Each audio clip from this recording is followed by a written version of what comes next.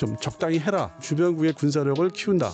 그러다 보면은 K방산에 들어갈 여지가 오히려 생긴다. 칠레 쪽에도 그렇고 전통적으로 미국제 무기를 선호하거나 판매하는 나라들에 우리가 이제 같이 스며들할 수 있다. 한국형 유수대 전투기 개발을 위해서 엔진은 우리 거를 만들겠다. 나중에 이제 블록 3를 이제 업그레이드 될 수 있기 때문에 잠재적으로 이제 그 수출 대상국 중에 가장 뭐 넘버 원이 될 수 있어요.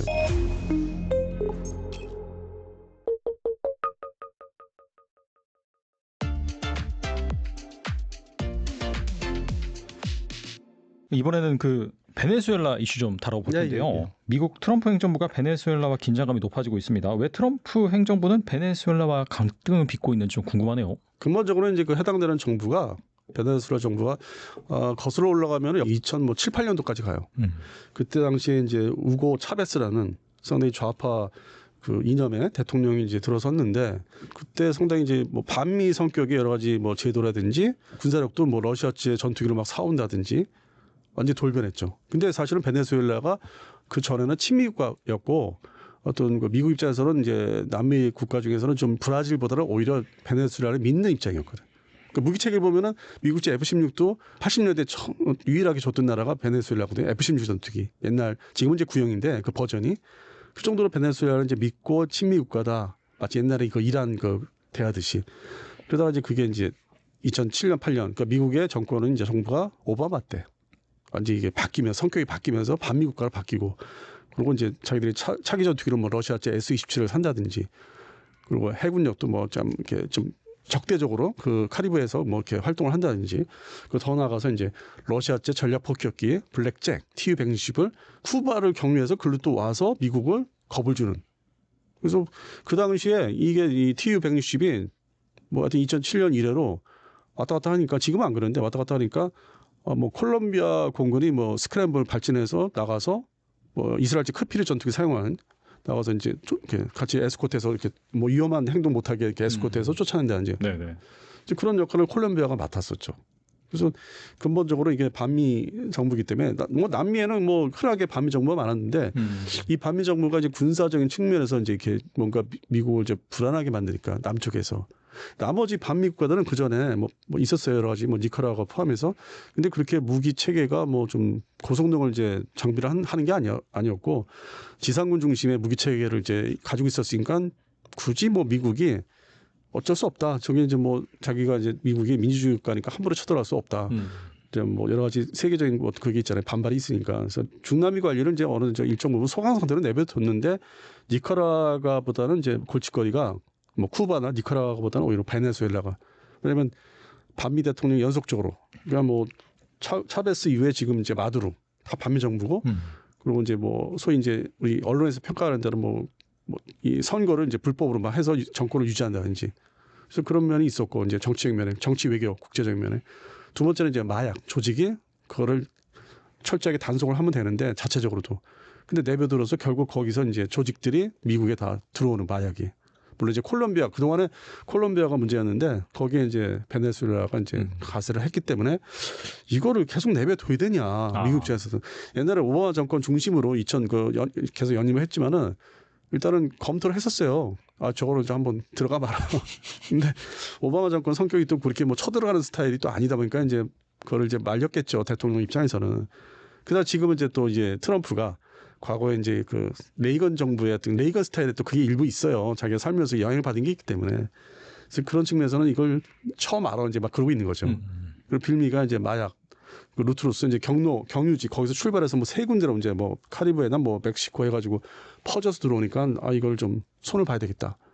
근데 뭐 현실적으로 근데 들어가면은 또 이 남미 국가이기 때문에 전체적으로 중남미 국가들이 반발해서 이제 이탈하는 경우가 생기기 때문에 함부로 이제 뭐 들어갈 수도 없고 그다음에 군사력이 이제 지금 뭐 대만 그쪽에 뭐 집중을 해야 되고 그다음에 뭐 여러 가지 보유한 무기 탄약들은 지금 우크라이나에 집중 뭐 배분을 해야 되고 뭐 좋든 싫든 간에 뭐 반발도 있었지만은 중간에 뭐 예산 자른다든지 그래서 뭐 그런 대비를 계속 해야 되고 또 한반도 관리도 해야 되고 그래서 거기에 핵심은 또 거기에 자기들의 어떤 국가 이익이 달렸기 때문에 이 베네수엘라는 일단 뭐 두 번째 세 번째로 이제 밀리는 거거든요 순위가.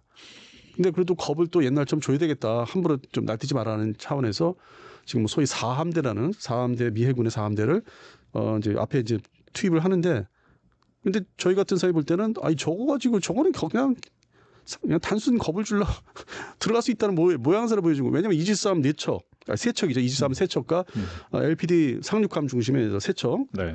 요거는 전단을 꾸미기에는 항공전력이 없기 때문에 별로 쳐주질 않아요. 실제 그 투입되는 그 상륙을 하겠다, 쳐들어가겠다 그건 아니에요. 미 해군이 이제 어떤 전단이라는 게 항공모함 중심의 그런 기동 전단이 있고 전통적으로 그다음에 그걸 보조하는 이제 수직 이착륙 전투기를 이제 탑재하는 헬기 모함, 뭐 지금 아메리카급이죠. 일종의 경항모 그거를 중심으로 하는 또 강습 전단이 또 있어요. 두 가지는 나눠지는데 최소한의 이 수직 이착륙 전투기를 탑재한 그 아메리카급이라든지 이런 거를 중심으로 들어가 이렇게 배치해서 위협을 하면은 생각이 진짜 있나 들어가려고? 그건 말 그대로 상륙하는 그 항공모함 같은 거니까 일종 경항모니까. 근데 그게 지금 빠져 있잖아요. 그러면 그러한 전력들은 지금 집중적으로 대상 이 우크라이나 전쟁이 지속되니까 거기에 이제 배분돼서 뺄 수는 없는 거고. 그다음에 중동 지역, 그 예멘 후티 반군이 있기 때문에 예멘에. 그다음에 이제 우리는 이쪽 지역에 극동 지역에 대만 사태를 또 관리해야 되니까. 그래서 결국 뭐 이지스함 뭐 지금 세척이 중심으로 했다는 거는 결국 쳐들어가지는 않겠다. 그냥 그 어떤 위협을 좀 해서 좀 적당히 해라, 그만 좀 해라. 뭐 그런 말 있잖아요. 내부 좀 단속도 하고 뭐 이렇게 치안도 유지도 너무 안 하니까 그런 면에 신경 써라. 우리가 이렇게 뭐 그런 측면에서 이제 뭔가 보여주는 거죠. 봉쇄를 하겠다는 식으로. 그래서 실제로 들어갈 수 있는 건 아니에요. 그거 들어갈 것 같으면은 벌써 이 2008년도 오바마 정권 연임할 때 그때 했겠죠.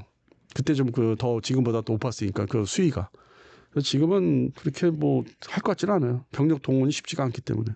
그리고 그걸로 인해서 뭐 해가지고 얻는 이익은 그렇게 크지 않고 그 지역이 특히 그러다 보면 이제 미국 입장에서는 중미 군사력보다는 남미 쪽의 군사력을 대신 대리인식으로 키워야 되는데 다 이게 좀 애매한 나라들이고 콜롬비아는 또 여전히 또 마약 그거하고 또 뭐 그런 그 얽혀서 싸우는 것도 있고 그 마약 대테러 전쟁 비슷하게 결국은 이제 대국은 이제 브라질인데 그 브라질이 뭔가 좀 견제를 하고 압박을 가야 되는데 뭐 땅이 같이 붙어 있으면은 그래서 이제 미국은 그렇게까지 신경 못 썼는데 영국은 대신 그 포클란드 제도 때문에 아르헨티나를 이제 간접적으로 견제하려고 칠레, 브라질에 이제 자기들이 사용하던 무기를 그래도 못 쓸 무기가 아니라 좀 효용성 있는 무기들 네. 그걸 바로 넘겨줬어요. 뭐 조경모 통제기를 뭐 칠레군한테 넘겨준다든지 자기들 바로 퇴역시켜서 더 쓸 수 있는데 그리고 이제 브라질에는 그 헬기 모함 더 쓸 수 있는데 바로 넘겨준다든지 그렇게 해서 오히려 영국은 이제 그거를 이제 아르헨티나를 이렇게 견제해주기에 대신 견제해달라는 식으로 줬는데 지금은 이제 미국이 또 바라는 걸 이제 아르헨티나는 좀 풀어주고 해금하고 중고 전투기 F-16 전투기도 지금 이제 승인을 했거든요. 뭐 좀 다운그레이드해서. 자, 지금 아르헨티나가 문제가 아니라 대신 이제 이쪽으로 돌리자. 위로 베네수엘라, 뭐 가이아나 이쪽에. 그래서 이제 그런 거는 좀 그런 방법으로 군사력의 어떤 협력, 남미 국가의 뭐 대국인 뭐 브라질하고 협력 그런 면에서 좀 발전이 있지 않을까. 뭐 혼자 나서서 한다기보다는 자기도 어떤 연합세력이 필요하고 또 남미 국가에서 그런 측면을 좀 바라보고 있어요. 당장 뭐 들어갈 것 같지는 않아요. 그런 수준의 빌드업을 해야 돼요. 예를 들어서 뭐 스웨덴에 지금 슈퍼 그리펜 그 EF형이죠. 기존의 옛날 구형이 아니라 그거를 이제 면허 생산을 이제 한참 하고 있기 때문에 그런 전투기 전력도 좀 더 완성이 돼야 되고 브라질 공군이 네. 그다음에 이제 해군의 뭐 신형 잠수함은 들어와야 되고 그다음에 육군의 브라질 육군의 전차도 현대화를 한다니까 신형 전차도 들어와야 되고 그래서 그게 어느 정도 완성이 되는데 이제 미국은 이제 보조 이제 좀 이렇게 관련된 무기들 뭐 엔진이라든지 승인을 이제 해주면서 빌드업 시키고 이제 성장시켜주면서 그걸 이제 저기 하는 거죠. 주입을 하는 거죠. 야, 너네 붙어 있는 이 땅이 지금 중간에 가야나 뭐 이렇게 있는데 이게 지금 계속 사고 동안이 아니냐. 직접 남미 국가의 대국으로서 직접 견제를 좀 해봐야 되는 거 아니냐. 이게 계속 이제 들어가겠죠. 지금 뭐 가스라이팅인가 그런 비슷하게.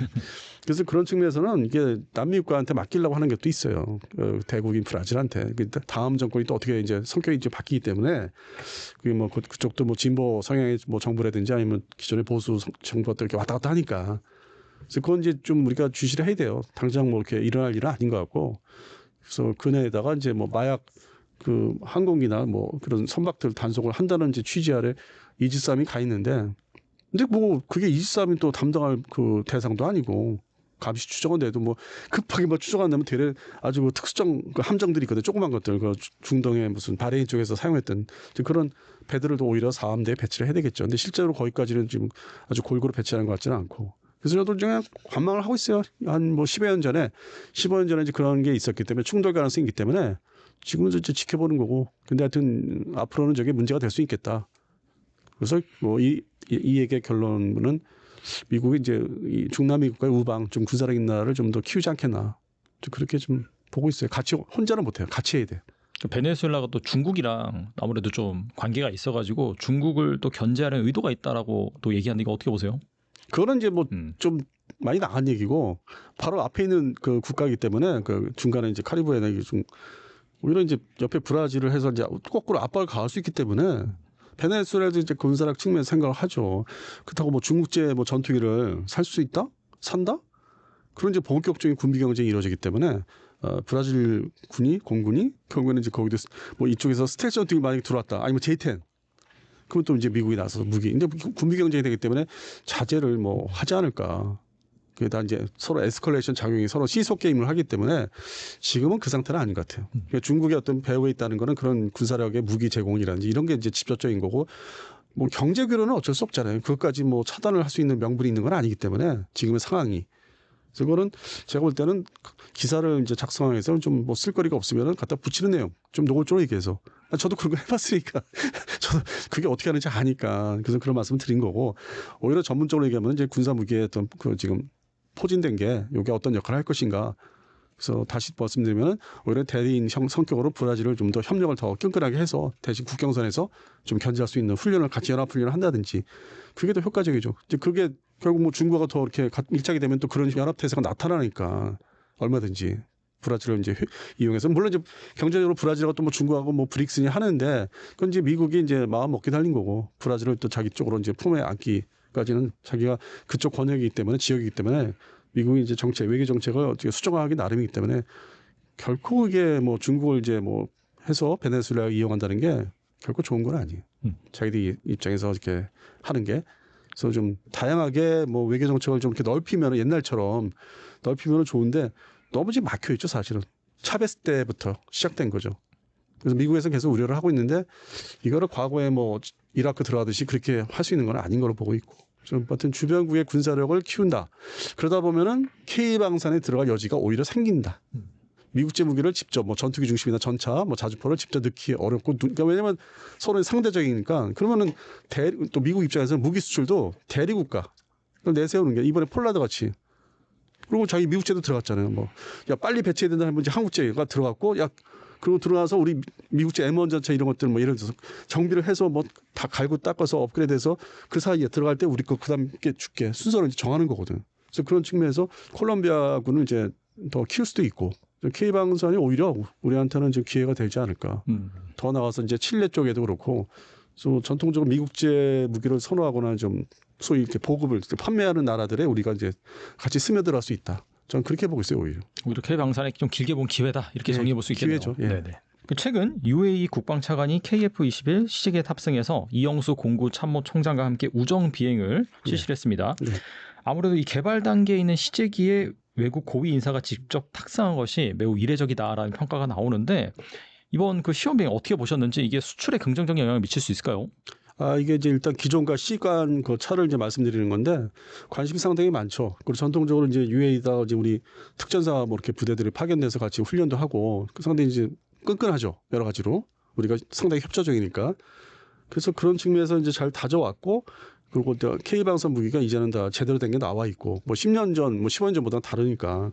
그리고 무엇보다도 이제 아랍에미리트 공군이 향후에 그 F-16 보유하고 있는 F-16 전투기를 이제 대체를 해야 되는데 이게 KF-21로 보니까 그 성격에 맞게 개발을 한 거예요.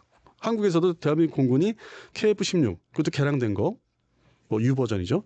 이거를 이제 2032년까지 뭐 일단 뭐 블록 2로 해서 대체를 하는 거죠. 120대를.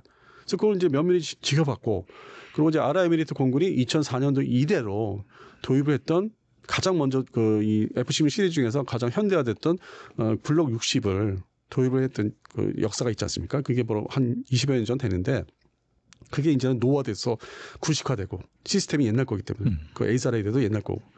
근데 이제 이게 딱 적합한 게 대한민국의 KF-21이라는 거죠. 블록 2. 생각이죠. 그 개발의 목적이 이제 딱 거기에 맞고 그 대체하는데. 그래서 그런 측면에서 계속 주시하고 와서 타보고 이제 맛을 보고 이제 하는 거죠. 그리고 한국과의 군사 관계가 좋고 그 다른 어떤 나라보다도. 그래서 이제 결국 사가겠다. 그러면 계속 와서 점검을 해보겠다. 제대로 이제 개발이 진행되는지 그것도 안전하게 뭐 추락하는 거 없이.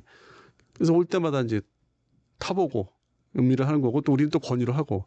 그래서 결국 잠재적으로 이제 그 수출 대상국 중에 가장 뭐 넘버원이 될 수 있어요. 그래서 저는 상당히 그걸 뭐 아주 긍정적으로 바라보고 있는 거죠. 아, 저거 블록 60에 대체 우리가 먹어야 된다. 다른 나라한테 뺏기지 말고. 예를 들어서 뭐 칸이 있다고 그러는데 그거는 5세대 전투기를 주창을 해서 나타난 거기 때문에 그걸 좀 더 지켜봐야 되고 개발 시간도 격차가 있고 뭐 여러 가지 뭐 아직은 해결된 게 없기 때문에 그래서 1차적으로 이제 우리 KF-21 블록 2를 상당히 관심 있게 보는 거죠. 그리고 나중에 이제 블록 3로 이제 업그레이드 될 수 있기 때문에 그게 이제 뭐 그 다음 것도 살 수 있죠. 연속적으로 블록 3도 그게 이제 2032년부터 이제 개발을 이제 뭐 본격해야 되는데. 그래서 그런 측면에서는 뭐 상당히 K방산 중심으로 이제 협력이 되는 거죠. 관심이 상당히 많은 거죠. 그리고 그 사이에 전투기들이 신형 전투기들이 어떤 스텔스 개념으로 이제 시작을 한 게 아직은 스텔스는 아니지만은 없었죠. 개발된 게. 뭐 지금의 시장에서 돌아다니는 뭐 라팔이나 뭐 유로파이터 타이푼, 그리펜, 슈퍼 그리펜 이건 다 옛날에 개발된 거고 잘해야 4.5세대. 더 이상 발전할 수 없는 디자인. 한 번에 자기들 스스로 디자인이 갇혀 있는.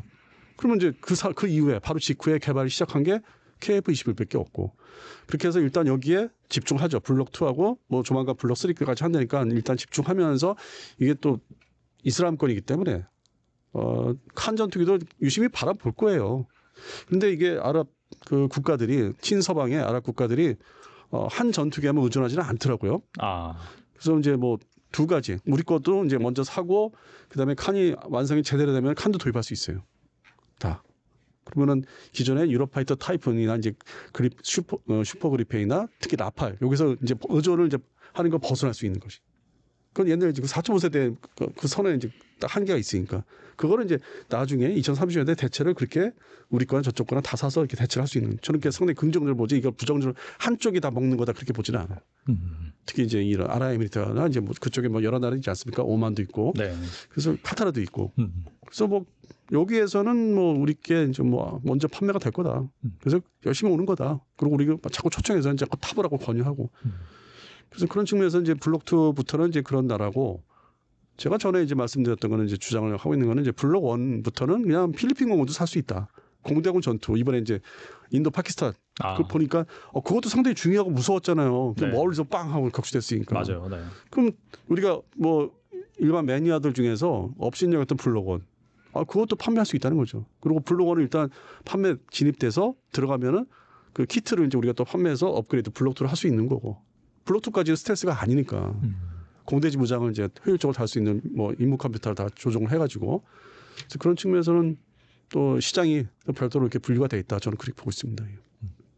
블록 3까지 간다라고 한다면 그때 이제 우리가 자체 개발한 엔진이 탑재되는 건가요? 그게 자꾸 이제 이게 업체에서 네. 뭐 좋게들 말씀을 이제 하신 거는 이제 아는데 이게 말 자체가 아다르고 어다른 것처럼 완전한 국산은 아니에요. 한국형이라고 표현을 해줘야 돼요. 한국형 엔진. 예, 그러니까 네. F414의 K 버전을 뭐 지금의 이제 면허 생산하는 걸 이제 미국에서 받아서 우리가 조립하고 하는 거기 때문에 K1 버전이라면은 두 번째는 이제 K2 버전을 봐야 돼요. 그러니까 원래 계약서에 이제 공개된 계약한 내용에서 기술 이전을 어떻게 할 건지 단계적으로 두 단계로 제가 기억하는데 10에서 17%를 그 숫자에 맞춰서 납품하는 숫자에 맞춰서 이제 그 분할해서 계약할 때 기술을 특정 기술을 주겠다. 국내에서 생산할 수 있는 해당되는 뭐 브레이드 뭐 부품 같은 것들을. 그래서 그런 부분을 이게 120대 완성될 때까지 곱하기 이제 2지 않습니까? 엔진이 쌍발이니까. 그래서 기술을 받아서 국내에서 응용을 이제 그거를 준다고 해서 다 이게 익숙해지는 게 아니니까 공부도 하고 마치 뭐 소재 기술도 있어야 되잖아요. 그게 뭐 두산 에너빌리티가 이제 원래 좀 소재 기술은 또 좋다고 하니까 그래서 이제 컨소시엄을 이제 국내에서 맺어서 만들어서 기술을 받으면 국내에서 그걸 자체 만들어서 장착하고 추력을 좀 늘려야 돼요. 그러면 내부 조종이 있어야 되거든요. 터빈물레 뭐 여러 가지가 그 과정이. 그러면 그게 우리가 제대로 이제 그 기술을 받아서 응용을 해야 되는 거잖아요. 계산 뭐 여러 가지 뭐 학생들 그 시험복에서 계산하듯이 직접 해야 되니까 방법을 알려주면은 그렇게 해서 한국형이 나오는 거예요. 그게 아주 순수한 100% 국산이 아니라 한 단계 발전하는 거죠. 그거를 추력을 높여야 되니까. 그래서 그 부분에서 우리가 이제 지금 준비하고 있고 또 그것도 이제 국가 예산이 들어가야 되기 때문에 R&D 예산이 들어가기 때문에 주세요. 이제 제대로 해보겠습니다. 단계적으로. 그래서 중간에 이거를 해봐야만 6세 전투기 엔진을 아주 순수하게 개발할 수 있습니다. 중간 단계 거쳐야 되는 게 KF-21 전에 T-50, FA-50이 있어서 KF-11이 나오듯이 또 훨씬 전에는 KF-10 전투기를 해봤기 때문에 단계적인 게 있기 때문에 이게 KF-21이 나온 것처럼 엔진도 단계적으로 순수 면허 생산이 있으면은 한국형 엔진을 우리가 같이 공동으로 해봐야 되는 미국의 어떤 가르쳐주는 기술을 우리가 받아서 해봐야 되는 거. 국내 업체, 협력 업체들을 동원을 또 해서 그리고 그 단계 끝나면 이제 6세대 가서는 우리가 혼자 해보겠습니다 이렇게 되는 거죠. 그래서 그 부분을 뭐 완전히 국산 뭐 전투기 엔진 왜냐하면 이게 KF-11에 그 엔진 그 안에 그 들어가는 게 규격이 있잖아요. 네. 그걸 바꿀 수 없고 기존의 그 전투기를 이제 가기 위해서는 블록 3 가기 위해서는 그 규격은 지켜야 되거든. 거기서 추력을 높이는 거기 때문에. 그래서 그런 부분에서는 기존의 엔진을 이제 제공하는 회사하고 협력해서 그렇게 만들 수밖에 없다. 블록 3까지는 같은 동체 그 디자인이기 때문에 물론 도료를 칠하고 해서 스트레스화 시킨다는 게 있는데 뭐 좀 레이더 그 저감 시키는 게 RCS를 그거는 이제 뭐 또 추가 개발해야 되지만 그러면 최근에 뭐 롤스로이스가 얘기한 거는 저도 처음에는 오해를 했었는데 잘못 알고 있었는데 결국 6세대 전투기로 가려면은 또 뭐 유럽의 기술도 필요한 게 이제 좀 새롭게 방식이 다른 걸로 또 기술도 받을 필요가 있다. 그게 이제 뭐 전문적으로 해서 뭐 핫 섹션은 뭐 유럽에서 핫 섹션 그다음에 콜드 섹션은 뭐 미국에서 이렇게 해야 된다고 그러더라고요. 그게 이제 하나 에어로스페이스에서 이제 말씀을 하신 거예요. 그 한쪽 지역의 기술에 의존하는 게 아니라 응용 기술을 양쪽을 다 받아야 된다. 그래서 다 센터를 만들어서 가서 좀 배워야 된다를 이제 공식적으로 이제 어떤 장소에서 발표를 했어요. 하나 에어로스페이스 측에서. 거의 이제 임원께서. 그래서 그런 측면에서는 지금 국산 엔진을 이제 만들어내기 위해서 하는 거죠. 그 단계는. 그전에는 이게 일종의 혼합, 공동 뭐 그런 개발. 그게 한국형이죠. 그래서 그런 사례가 옛날에는 이제 스웨덴 공군의 전통적인 전투기들이 이제 그런 단계가 있었어요. 처음에는 드라켄 전투기 같은 경우는 이제 뭐 영국 엔진, 롤스로이스 엔진을 가서 자국화 시켰다는 지 그래서 자국에 뭐 RM 시리즈 번호가 이제 R 대문자 RM 시리즈로 시작 몇 번 해서 그 다음 단계 이제 비겐 전투기에서는 이제 미국제 여객기 엔진을 이제 군용 전투기 엔진으로 개조해서 또 그렇게 해봤던 자국화 시켰던 그리고 현재 그리펜 전투기 그다음에 슈퍼 그리펜 이것도 미국제 제너럴 일렉트릭 엔진을 결국 기술을 좀 습득해서 자기 내에서 좀 일정 부분 다 커버할 수 있는 그래서 그런 사례가 있었고 그걸 이제 보니까 또 인도가 이제 그게 그렇게 해봐야 되겠다. 테자스 전투기에 적용을 해야 되겠다 해서 바이든 정부 말기 때 양국 간의 이제 정상들이 이제 그런 그 세부 사항에서 이제 논의가 있었죠. 그래서 난 그걸 뉴스를 접하면서 아니 우리보다 먼저 인도를 해주네. 좀 뭐 아쉬운 게 있었죠. 그 순서상으로. 그리고 이제 우리는 이제서야 이제 그게 한국형 엔진 F414 기반으로 국가 예산이 그래서 지금 올해 내년이 중요하긴 해요. 예산을 배정을. 근데 뭐 최근에 뭐 새로운 정부에서 R&D 예산을 배정을 많이 하겠다니까 뭐 잘 될 것 같습니다. 그래서 그건 상당히 긍정적이고 궁극적으로는 6세대 전투기 이제 그걸 한국형 6세대 전투기 개발을 위해서 엔진은 우리 거를 만들겠다. 이제 그건 이미 다 선포를 한 거예요. 이제 그 부분이 이제 순수하게 우리 거를 이제 만들어내는 거죠. 중간 단계를 또 거쳐야 되고.